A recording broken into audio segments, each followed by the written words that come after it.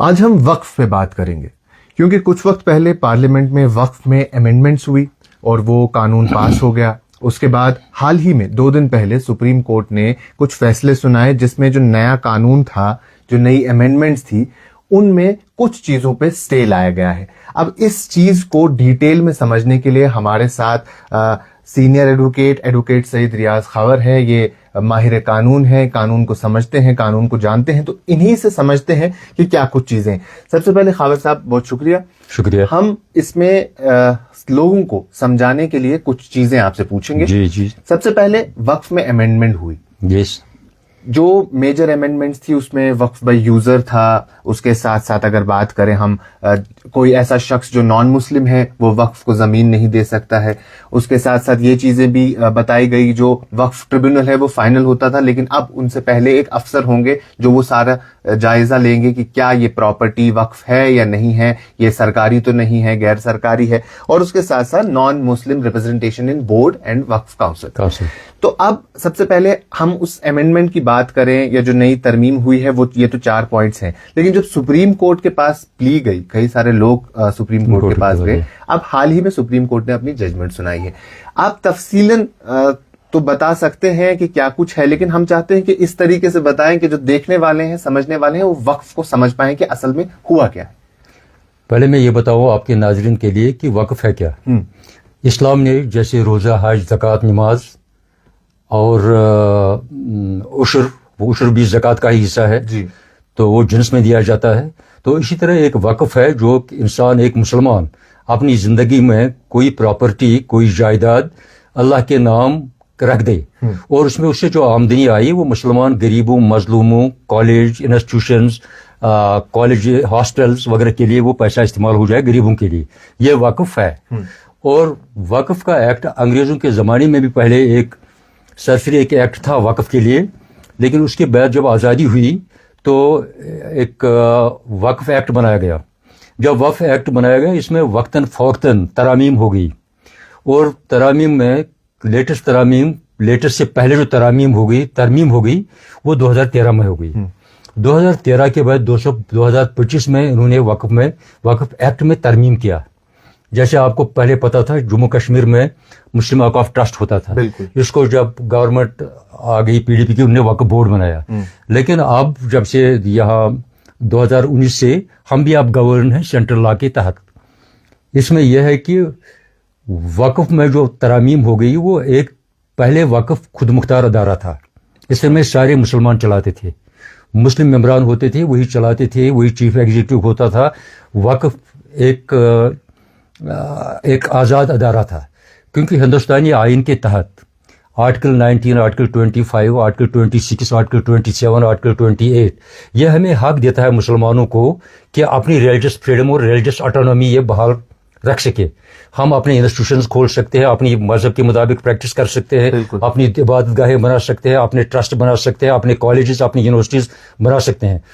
اسی لیے جب یہ وقف ایکٹ 2025 میں ترمیم ہو گئی، اس میں سے ایک میجر جو اس کا بیسک اسٹرکچر تھا وہی ختم کیا گیا. جو وقف ایکٹ کا مین بیسک باڈی جو اس کی تھی، اس کی روح جو تھی، وہ روح ہی نکالی گئی. اس میں پہلے یہ کہا گیا کہ پہلے ایک ٹریبونل ہوتا تھا وقف کا اپنا. بالکل. ٹریبونل جو فیصلہ دیتا تھا کون سی زمین وقف کی ہے، کون سی زمین وقف کی نہیں ہے، کیونکہ ہزاروں لاکھوں کنال زمین وقف کی ہے انڈیا میں. تو ٹریبونل کے پاور لے کے ان نے پہلے سب سے بڑی ایک غیر جمہوری بات اور غیر آئینی بات کی، وہ یہ ہے کہ وقف ٹریبونل کی اتھارٹی ہٹا کر یہ پاور ایک DC کو دیے گئے. اچھا. جب DC کو پاور دیا گیا، DC تو گورنمنٹ کا آدمی ہوتا ہے، اور DC نان مسلم بھی ہو سکتا ہے، ضروری نہیں کہ DC کہیں کا مسلمان ہو. انہوں نے پہلے یہ امینڈمنٹ کی کہ جو گورنمنٹ کلیم کرتی تھی یا وقف بورڈ کلیم کرتا تھا کہ گورنمنٹ کے پاس ہماری زمین ہے، جائیداد ہے، تو یا گورنمنٹ یا کوئی اور آدمی کلیم کرتا تھا کہ وقف نے نوٹیفائی، کیونکہ اس کو وقف کو پاور تھا کہ پراپرٹی نوٹیفائی کر سکتی تھی کون پراپرٹی وقف کی ہے، اس میں کوئی اپیل نہیں ہوتی تھی، یہ فائنل فیصلہ ہوتا تھا وقف کا.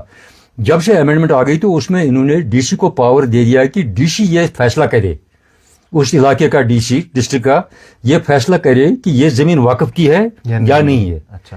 اسے ایک پرابلم یہ کھڑی ہوگی کہ ڈی سی کن کا آدمی ہوتا ہے؟ گورنمنٹ کا. اب گورنمنٹ کا آدمی اس کا مطلب ہے جو گورنمنٹ اب چاہے گی وہی ہونا تھا. وہ چاہے گی کسی پراپرٹی کو ڈیلیٹ کروانا, کسی پراپرٹی کو ایڈ کروانا, وہ تو کروا سکتی تھی, کیونکہ اس وقت بہت سی گورنمنٹ نے وقف پراپرٹی پر قبضہ کیا ہوا ہے. بہت سے اسٹیٹ گورنمنٹس نے اور سینٹرل گورنمنٹ نے, اور بہت سے لوگوں نے وقف پراپرٹی پر قبضہ کیا ہوا ہے. اب جب یہ وقف ٹریبونل فیصلہ دیتا تھا, یہ was in challengeable, there was no appeal against it. Okay, تو وہ فائنل ہوتا تھا. اب جب ڈی سی کو پاور دیا گیا تو ڈی سی کوئی بھی یہ پراپرٹی وقف سے ڈیلیٹ کر سکتا ہے. اچھا, یہ ایک ہو گیا, یہ ایک چیز ہے. یہ ایک چیز ہے. اور دوسری چیز یہ ہو گئی کہ انہوں نے کہا کہ وقف بائی یوزر جو ہے, وقف بائی یوزر ہے. میں آپ کے سامعین کو سمجھانا چاہتا ہوں کہ وقف بائی یوزر کیا ہو گیا. وقف بائی یوزر میں اس طرح سمجھاؤں گا آپ کو کہ مقدم صاحب کی زیارت ہے, یہ 600 سال پرانی زیارت ہے. خواجہ اجمیری کی زیارت ہے, یہ 700 سال پرانی زیارت ہے. یہ خواجہ نظام الدین ولی رحمۃ اللہ علیہ کی زیارت ہے, 600-700 سال پرانی. قطب الدین بختیار کاکی رحمۃ اللہ علیہ کی زیارت ہے, یہ پرانی. ان کی جو پراپرٹیز ہوا کرتی تھی اس وقت یہاں رجسٹریشن ایکٹ انڈیا میں نافذ نہیں تھا, یہ بادشاہوں کے زمانے میں ہوا ہے.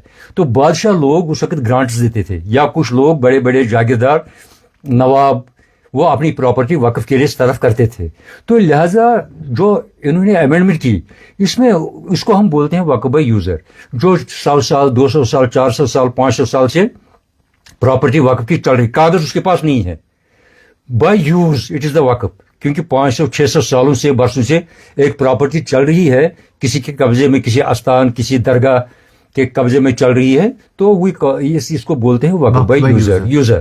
کیونکہ یہ بائی یوز ہے, کیونکہ اس وقت رجسٹریشن ایکٹ 1872 میں آ گیا انڈیا میں. انگریزوں نے کیا, پھر جب آزادی ہو گئی تو نیا رجسٹریشن ایکٹ آ گیا. تو اس وقت کوئی رجسٹریشن ایکٹ نہیں ہوتا تھا, مغلیہ پیریڈ میں یا اور بادشاہوں کے پیریڈ میں نہیں ہوتا تھا, یا جاگیرداروں کے پیریڈ میں نہیں ہوتا تھا. اس وقت یہ وقف دیتے تھے, یہ کہیں ریٹن نہیں ہوتا تھا. جو ان کے قبضے میں ہوتا تھا وقف بائی یوزر. انہوں نے کیا کیا, کہا کہ ہم ڈاکومنٹ دیکھیں گے کس وقف کس درگاہ کے پاس ڈاکومنٹ ہے. اب یہ ناممکن سی بات ہے کہ آپ اجمیر شریف کی درگاہ کے ڈاکومنٹ نکالیں کہ کس کس نے دیا ہے. اٹ از پریکٹیکلی امپاسبل, یہ تو ناممکن ہے. لہٰذا ٹوٹلی یہ شک جو ہے یہ unconstitutional unconstitutional in ethical and against history ہے. یہ اگینسٹ ہسٹری ہے کہ اب آپ یہ ڈھونڈیں گے کہ یہ کیا. اب انہوں نے اس میں یہ قانون بنایا کہ اس میں رجسٹریشن ضروری ہے. ٹھیک ہے, نئے سرے سے وقف کی رجسٹریشن ہوتی ہے, جو وقف نیا کریں گے اس کے لیے رجسٹریشن ٹھیک ہے. لیکن جو پرانے وقف ہے تو ایک تو دوسرا وقف بائی یوزر. تیسرا انہوں نے کہا کہ اس میں نان مسلم زمین نہیں دے سکتے ہیں, نان مسلم زمین نہیں دے سکتے ہیں. اور جو مسلمان 5 سال کا مسلمان نہیں ہے, 5 سال جس کو پریکٹسنگ مسلم نہیں ہے, وہ وقف نہیں دے سکتا. یہ تو ایک article 21 liberty, right to life, right to free life, life with dignity and right to property, right to exercise the property. ایک رائٹ, ایک انسان اپنی پراپرٹی پر, ایک سپریم کورٹ نے ریسنٹلی فیصلہ دیا ہے کہ right to property is a human right. اس کا مطلب ہے کانسٹیٹیوشنل رائٹ بھی ہے اور ہیومن رائٹ بھی ہے, اور یہ لگ بھگ فنڈامنٹل رائٹ کے قریب ہے جو بنیادی حقوق ہوتے ہیں. لہذا ایک انسان جو اپنے مرضی سے چاہے وقف دے سکتا ہے. آپ مجھے نہیں روک سکتے کہ میں وقف کو کیوں دے رہا ہوں. اب انہوں نے کہا کہ کوئی مسلمان جس کو جو پہلے پریکٹسنگ مسلم ہو. اب سوال یہ ہے کہ یہ آپ کیسے دیکھیں گے میں پریکٹسنگ مسلم ہوں. پہلے یہ ڈیفینیشن پریکٹسنگ مسلم کیا ہو گیا. It's a absurd word. Muslim is a Muslim, جو مسلمان ہے وہ مسلمان ہے. اس میں نان پریکٹسنگ اور پریکٹسنگ مسلمان ہو نہیں سکتا ہے. کیوں آپ بہ سکتے ہیں کہ یہ پریکٹسنگ مسلمان کیا ہوا ہے, نان پریکٹسنگ. اس سے پہلے نان مسلمز بھی وقف کر سکتے تھے. انہوں نے کہا نہیں تو مسلمان پر پابندی لگائی دی تھی اس میں. یہ اور ایک معاملہ ہو گیا. اور چوتھی چیز یہ بورڈ اور کاؤنسل میں انہوں نے پہلے ہمارا جو انہوں نے وقف بورڈ بنایا, سینٹرل وقف کاؤنسل اور اسٹیٹ وقف بورڈ. سینٹرل وقف کاؤنسل میں اب ہندو بھی ممبر ہو سکتے تھے. اس وقف ایکٹ امینڈمنٹ کے مطابق ہندو بھی ممبر ہو سکتے تھے. چیف ایگزیکٹو بھی ہندو آ سکتا تھا. اور جو وقف کاؤنسل ہے, وقف اسٹیٹ وقف بورڈ ہے, یہ اسٹیٹ کے وقف بورڈ ہے, سینٹرل کا وقف کاؤنسل ہے, اسٹیٹ کا وقف بورڈ ہے. اس میں انہوں نے کہا تھا کہ نان مسلم ممبر آ سکتے ہیں. اب جب سپریم کورٹ میں یہ ایکٹ چیلنج ہوا, سارا ایکٹ چیلنج ہوا, تو سپریم کورٹ میں یہ Asaduddin Owaisi, Javed Mr Javed Congress member parliament, Muslim personal law board, civil liberties association, تو ارشد مدنی، انہوں نے ایک مختلف ریٹ پٹیشنز کی سپریم کورٹ میں، جو انہوں نے کلیکٹیولی اٹھائی وہ ریٹ پٹیشنز میں سپریم کورٹ نے جواب مانگا سینٹر سے، سینٹر نے جواب دیا. یہ اب ایک انٹریم فیصلہ ہوتا ہے، ایک ہو گیا فائنل فیصلہ، آخری فیصلہ جسے ہم فیصلہ بولتے ہیں، دوسرا ہو گیا جو عبوری حکم ہوتا ہے. اب ان جو وہاں مدعی تھے، جو پیٹیشنرز تھے، انہوں نے مانگا تھا وہاں ہمیں ایک عبوری سٹے دیجیے، عبوری امتناع دیجیے. تو اس میں انہوں نے یہ کیا کہ سپریم کورٹ نے کچھ دن پہلے اب یہ کہا کہ جو ایک ڈی سی اس میں انہوں نے رکھا ہے، یہ سپریشن آف پاورز کے خلاف ہے. کیونکہ یہ ڈیسائیڈ کرنا پراپرٹی کس کی ہے، یہ جوڈیشل پاور ہے. انہوں نے اس بنیاد پر کہہ دیا کہ یہ جوڈیشل پاور ہے، یہ کورٹ کو پاور ہونا چاہیے، نہ کہ ڈی سی کو. ٹو رائٹ ڈیٹرمائن کرنا ایک کورٹ کا پاور ہوتا ہے. ڈی سی اور بیوروکریسی کا یہ پاور نہیں کہ وہ ٹائٹل آپ سمجھتے ہیں، اونرشپ، بالکل وہ ڈیسائیڈ کریں.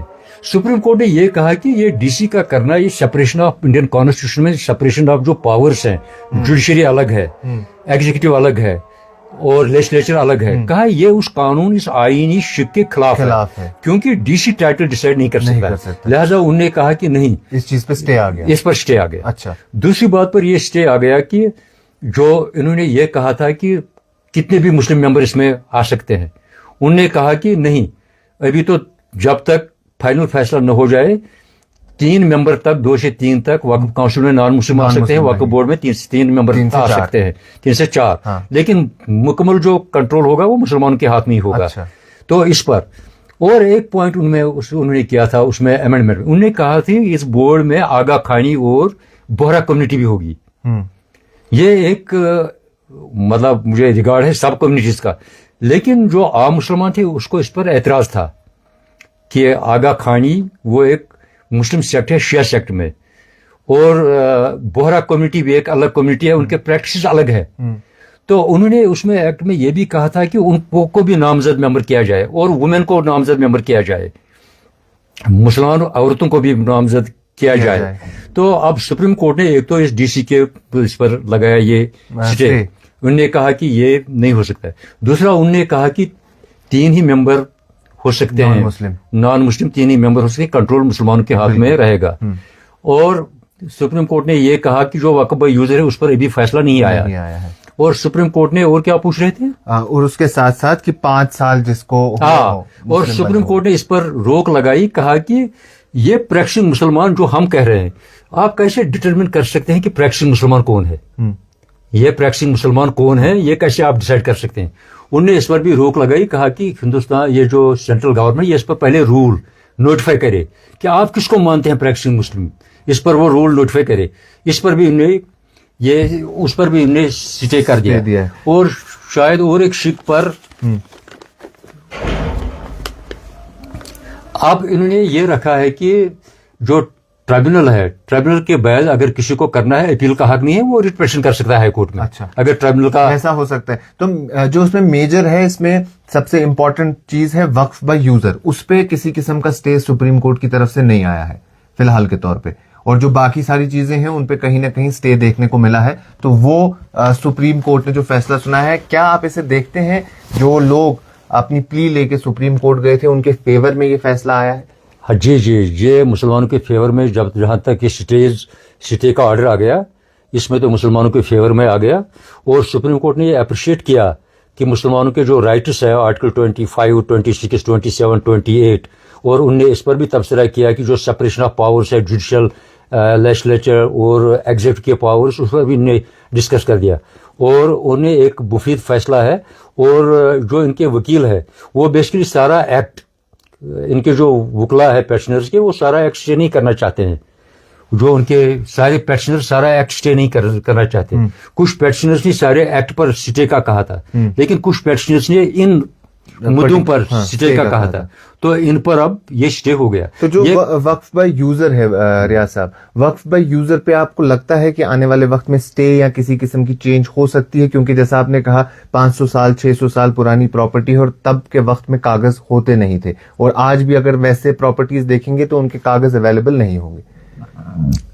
دیکھیں مجھے پورا یقین ہے کہ سپریم کورٹ یہ ضرور اس مدعے پر سوچے گی اور فیصلہ دے گی، کیونکہ یہ جب ہمیں یہ پتہ ہے کہ 500 سال پرانے کاغذات نہیں مل سکتے، تو سپریم کورٹ اس کے لیے جن کے پاس ہزاروں کنال درگاہوں کے پاس زمین ہے اور وہ بائی یوزر ہے، ویسے بھی قانون میں ہے، قانون ویسے بھی ہے کہ جس کے قبضے میں کوئی چیز ہو 12 سال سے زیادہ قبضے میں ہو، اس کو ہم ایڈورس پوزیشن بولتے ہیں، قبضے مخالفانہ، ایڈورس پوزیشن، قبضے مخالفانہ. عام لابی میں اگر آپ کے نالج میں ہے کہ میرے پاس قبضہ ہے 12 سال سے علاوہ قبضہ ہے میرا، تو آپ یہ مجھ سے چھین نہیں سکتے، آپ یہ مجھ سے چھین نہیں سکتے ہیں، ایڈورس پوزیشن. لیکن سپریم کورٹ یہ ضرور دیکھے گی کہ جو یہ 500 سال 600 سال 700 سال سے پراپرٹیز درگاہوں کے پاس ہے، اس وقت کیونکہ سپریم کورٹ کو یہ بھی دیکھنا پڑے گا، اس وقت رجسٹریشن ایکٹ نہیں تھا، انڈیا رجسٹریشن ایکٹ، تو لہٰذا اس وقت اگر کسی نے وقف کر دیا ہے تو وہ قانونی تھا، کیونکہ اس کی اپنی ملکیت تھی، اپنی پراپرٹی، اس نے وہ وقف کر دی. ورائز کوئی قانون رجسٹریشن کا نہیں تھا، لہذا جب قانون ہی رجسٹریشن کا نہیں تھا تو ایکٹ قانون جائز تھا، ایکٹ قانون جائز تھا.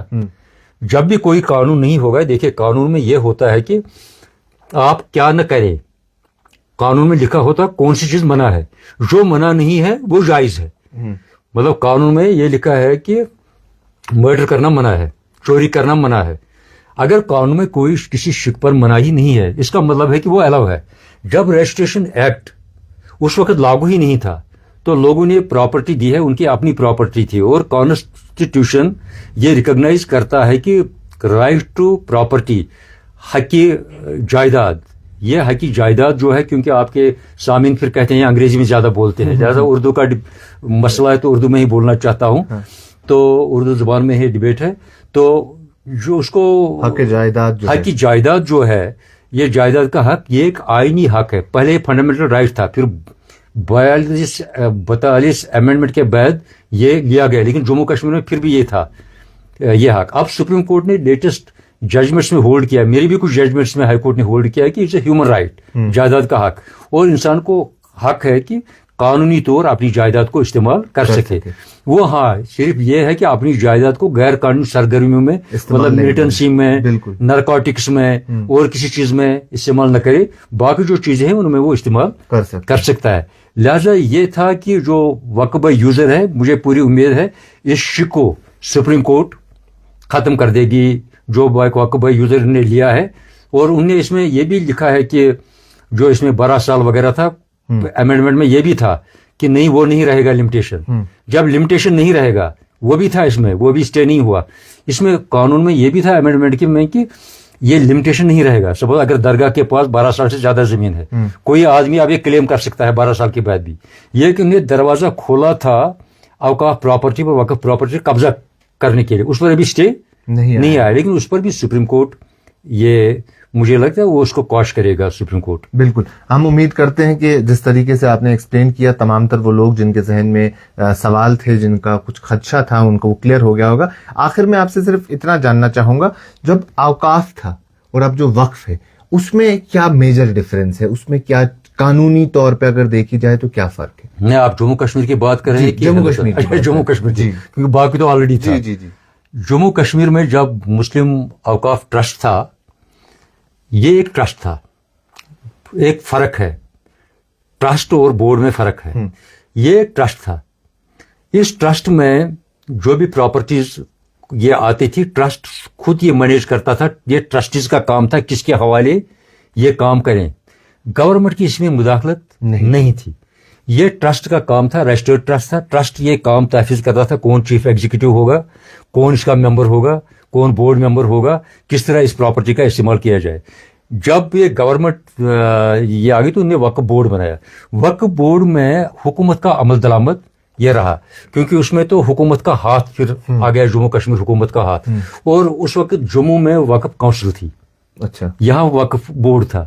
اچھا، جموں میں الگ تھا، یہاں الگ تھا. اچھا، اور وقف بورڈ بھی یہاں الگ تھا تو جموں میں وقف کونسل تھی. تو اب یہ نیا ایکٹ جو آ گیا تو اس میں آپ نے جو سوال کیا اس میں یہ ہے کہ گورنمنٹ کا کنٹرول، لوگوں کا کنٹرول اس پر کم تھا. ٹرسٹ ایک تھا، جو ٹرسٹیز تھے ان کے ہاتھ میں زیادہ کنٹرول تھا. جب وقف بورڈ آ گیا تو اس میں گورنمنٹ کی مداخلت آ گئی. وقف بورڈ میں گورنمنٹ کی مداخلت، تو یہ اس کی میجر ڈفرینس. یہ میجر ڈفرینس. چلیے بہت شکریہ ریاض صاحب، بہت شکریہ آپ نے اپنا وقت دیا. تو یہ تھے ایڈوکیٹ ریاض صاحب جنہوں نے بتایا کہ کیا کچھ چیزیں ترمیم جو ہوئی ہے وقف میں اور اس بل میں، اس قانون میں، جو حال ہی میں پارلیمنٹ میں پیش ہوئی تھی، اور اس کے بعد کئی سارے لوگ خاص طور پہ سپریم کورٹ کے دروازے پہ گئے تھے اور انہوں نے دستک دی تھی کہ ان میں سٹے آنا چاہیے. اور اس میں سے جو میجر کچھ 4 چیزیں تھی ان میں سے 2 سے 3 پہ سٹے آ چکا ہے، لیکن ابھی بھی وقف بائی یوزر ایک بہت بڑا ایشو ہے. اور وہ ایشو انہوں نے سمجھایا کہ وقف بائی یوزر اصل میں ہے کیا، مسئلہ کیا ہے. کہ آج سے 500 سال پہلے، 600 سال پہلے مسلمانوں نے یا لوگوں نے اپنی زمینیں دی ہیں درگاہوں کو، مسجدوں کو، اس وقت جب رجسٹریشن کا کوئی قانون ہی نہیں تھا. تو آج سپریم کورٹ میں یہی بحث ہے، جو ان جیسے کئی سارے وکیل، کئی سارے پیٹیشنرز وہاں جا رہے ہیں، وہ یہی بات لے کے جاتے ہیں کہ تب رجسٹریشن کا کوئی قانون نہیں تھا اور اس پہ نظر ثانی کی جائے. تو اب آنے والے وقت میں دیکھنا ہوگا کہ کیا کچھ اور چینج اس میں آتی ہے، یا کیا سپریم کورٹ پھر سے کسی نہ کسی چیز پہ سٹے دیتا ہے یا نہیں دیتا ہے. اور اس بات کا فیصلہ تو وقت ہی کرے گا. بہت شکریہ ایک بار. شکریہ، تھینک یو. ابھی کے لیے اتنا ہی. باقی تمام مزید معلومات کے لیے اب بنے رہیں کشمیر لائف کے ساتھ.